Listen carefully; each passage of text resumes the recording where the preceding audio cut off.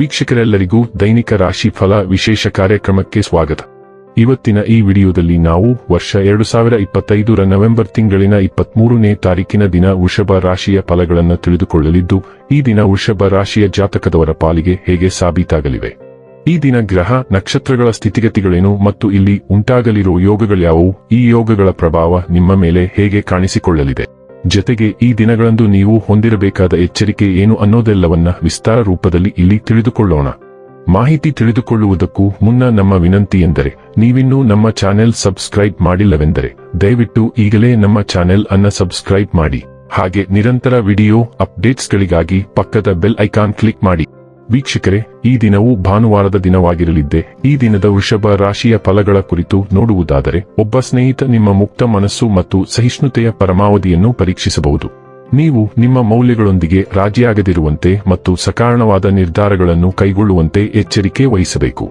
ಇಂದು ಸಾಲಗಾರನು ನಿಮ್ಮ ಮನೆ ಬಾಗಿಲಿಗೆ ಬರಬಹುದು ಮತ್ತು ನಿಮ್ಮ ಹತ್ತಿರ ಸಾಲ ಕೇಳಬಹುದು. ಅವರಿಗೆ ಹಣವನ್ನು ಹಿಂದಿರುಗಿಸಿ ನೀವು ಆರ್ಥಿಕ ಬಿಕ್ಕಟ್ಟಿಗೆ ಸಿಲುಕಬಹುದು.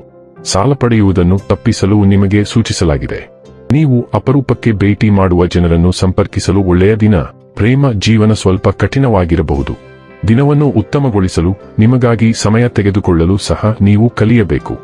ವೈವಾಹಿಕ ಜೀವನ ಅಡ್ಡ ಪರಿಣಾಮಗಳನ್ನು ಹೊಂದಿರುತ್ತದೆ. ನೀವು ಕೆಲವನ್ನು ಇಂದು ಎದುರಿಸಬೇಕಾಗಬಹುದು. ಪ್ರೀತಿಗಿಂತ ಹೆಚ್ಚಿನ ಭಾವನೆ ಇಲ್ಲ. ನಿಮ್ಮ ಪ್ರೇಮಿಯು ನಿಮ್ಮಲ್ಲಿ ವಿಶ್ವಾಸವನ್ನು ಹೆಚ್ಚಿಸುವ ಕೆಲವು ವಿಷಯಗಳನ್ನು ಸಹ ನೀವು ಹೇಳಬೇಕು ಮತ್ತು ಪ್ರೀತಿಯು ಹೊಸ ಎತ್ತರವನ್ನು ಪಡೆಯಬೇಕು.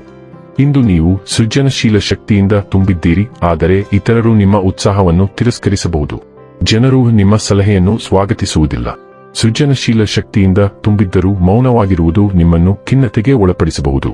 ಆದರೆ ನಿಮ್ಮ ಮನ್ನಣೆ ಎಲ್ಲಿಗೂ ಹೋಗುತ್ತಿಲ್ಲ, ಅದು ಮುಂದೂಡಲ್ಪಡುತ್ತಿದೆ ಎಂದು ಚಿಂತಿಸಬೇಡಿ. ಭವಿಷ್ಯದಲ್ಲಿ ನಿಮಗೆ ಭಾರೀ ವೆಚ್ಚವನ್ನುಂಟು ಮಾಡುವ ಕ್ಷಣಿಕ ಸುಖಗಳಲ್ಲಿ ತೊಡಗಿಕೊಳ್ಳದಂತೆ ನಿಮ್ಮನ್ನು ನಿಯಂತ್ರಿಸಿ. ಆರೋಗ್ಯ ಮತ್ತು ಸ್ವಾಸ್ಥ್ಯ ಬಗ್ಗೆ ತಿಳಿದುಕೊಳ್ಳೋಣ. ನೀವು ಇಂದು ನಿಮ್ಮ ಆರೋಗ್ಯದ ಬಗ್ಗೆ ಹೆಚ್ಚು ಜಾಗರೂಕರಾಗಿರಬೇಕು, ವಿಶೇಷವಾಗಿ ನೀವು ನೀರಿನ ಧಾರಣ ಅಥವಾ ಶ್ವಾಸಕೋಶದ ಸೂಕ್ಷ್ಮತೆಗೆ ಗುರಿಯಾಗಿದ್ದರೆ. ಡೈರಿ ಉತ್ಪನ್ನಗಳು ಅಸ್ವಸ್ಥತೆಯನ್ನು ಉಂಟುಮಾಡಿದರೆ ಸೌಮ್ಯವಾದ ಪರ್ಯಾಯಗಳನ್ನು ಆರಿಸಿಕೊಳ್ಳಿ. ನಿಮ್ಮ ಕಣ್ಣಿನ ಆರೋಗ್ಯವನ್ನು ನೋಡಿಕೊಳ್ಳಿ ಮತ್ತು ಸಕಾರಾತ್ಮಕ ಚಿಂತನೆಯ ಮೇಲೆ ಕೇಂದ್ರೀಕರಿಸಿ. ನಿಮ್ಮ ಮೂತ್ರಪಿಂಡಗಳು ಮತ್ತು ರಕ್ತ ಪರಿಚಲನೆಯನ್ನು ಬೆಂಬಲಿಸಿ ಮತ್ತು ಒತ್ತಡ ಸಂಬಂಧಿತ ಲಕ್ಷಣಗಳನ್ನು ಮೊದಲೇ ಪರಿಹರಿಸಿ.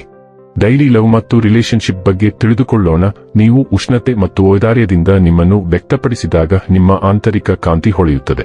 ಭಾವನಾತ್ಮಕ ವಿಪರೀತಗಳು ಮೇಲ್ಮುಖವಾಗಿ ಹೊರಹೊಮ್ಮಿದಾಗ ಒಂದು ಸವಾಲು ಉದ್ಭವಿಸಬಹುದು.